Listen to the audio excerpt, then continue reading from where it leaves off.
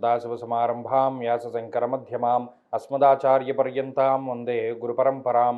జ్యోతిషాస్త్రాన్ని భావతరాల వారికి ప్రసాదించిన ఋషుల యొక్క పాదపద్మాలకి నమస్కారం చేసుకుంటూ, అలాగే నాకు ఈ జ్యోతిష విద్యను నేర్పిన గురువర్యులు జ్యోతిష బ్రహ్మ కీర్తిశేషులు శ్రీ ఈరంకి సూర్యనారాయణమూర్తి గారు, సూర్య శ్రీ దైవజ్ఞ గారి యొక్క పాదపద్మాలకి నమస్కారం చేసుకుంటూ, ఓం శ్రీ మహాగణాధిపతి నమః, శ్రీ గురుభ్యో నమః, హరి ఓం.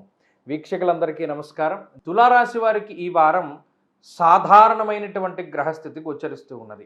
కారణం అష్టమ కుజుని యొక్క స్థితి, నవమ స్థానమందు రవిగ్రహం ఉండడం, అలాగే పంచమ కోణమందు రాహు యొక్క సంచారము. అలాగే ఈ రాశి వారికి శుక్రుడు యోగిస్తూ ఉన్నారు, శనేశ్వరుడి అనుకూలత ఉన్నది, చంద్రబల ఉన్నది.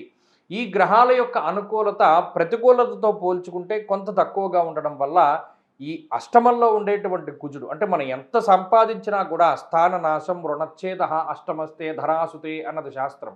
అంటే ఎంత సంపాదించినా కూడా సంపాదించినటువంటి డబ్బు అలా కూడా వెళ్ళిపోతూ ఉంటుంది, నిలవదు.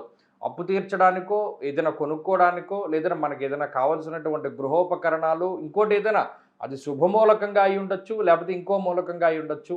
వచ్చిన ధనం వచ్చినట్టు వెళ్ళిపోతూ ఉండడాన్ని తులారాశి వారు ఎక్కువ గమనిస్తూ ఉంటారు.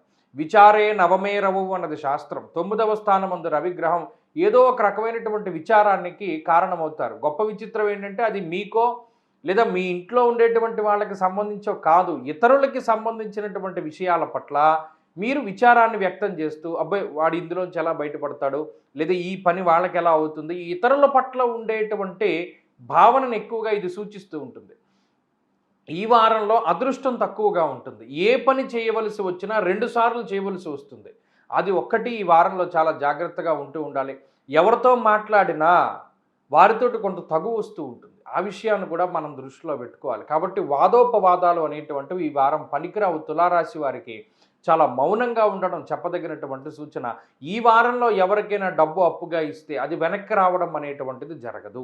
కాబట్టి ఈ వారంలో ఎవరికైనా ఇస్తే ఇది మనకు రాదు అనుకుని వారికి ఇచ్చేయడమే మంచిది. తప్పితే వారి నుండి ఏదో మనం ఆశించి ఒక పని చేయడము, లేదా వారు తిరిగి మనకి ఇది ఇస్తారు అని అనుకుని పని చేయడం అన్నది చాలా తప్పు. మీకు ఏదైనా ఇవ్వదలుచుకుంటే ఇచ్చేయడం, అది వెనక్కి రాదు అనుకునే ముందుకు వెళ్ళాలి. ఈ వారంలో చేసేటువంటి ఉద్యోగ వ్యాపార ప్రయత్నాలన్నీ కూడా సఫలీకృతం అవుతాయి. ఈ వారంలో పని ఎక్కువగా ఉంటుంది, ప్రతిఫలం కూడా దానికి తగ్గట్టే ఉంటుంది. ఇది ఒకటి మంచి విషయము. తులారాశి వారి ఈ వారంలో మరింత అనుకూలమైనటువంటి ఫలితాన్ని సాధించడానికై ఎక్కువగా ఈ రాశి వారు కృష్ణ సంబంధమైనటువంటి ఆ మాయను తొలగించుకోవడానికి ఏదైనా పారాయణ చేస్తూ ఉండడం, లేదా హరే కృష్ణ మంత్రాన్ని జపిస్తూ ఉండడం చెప్పదగినటువంటి సూచన.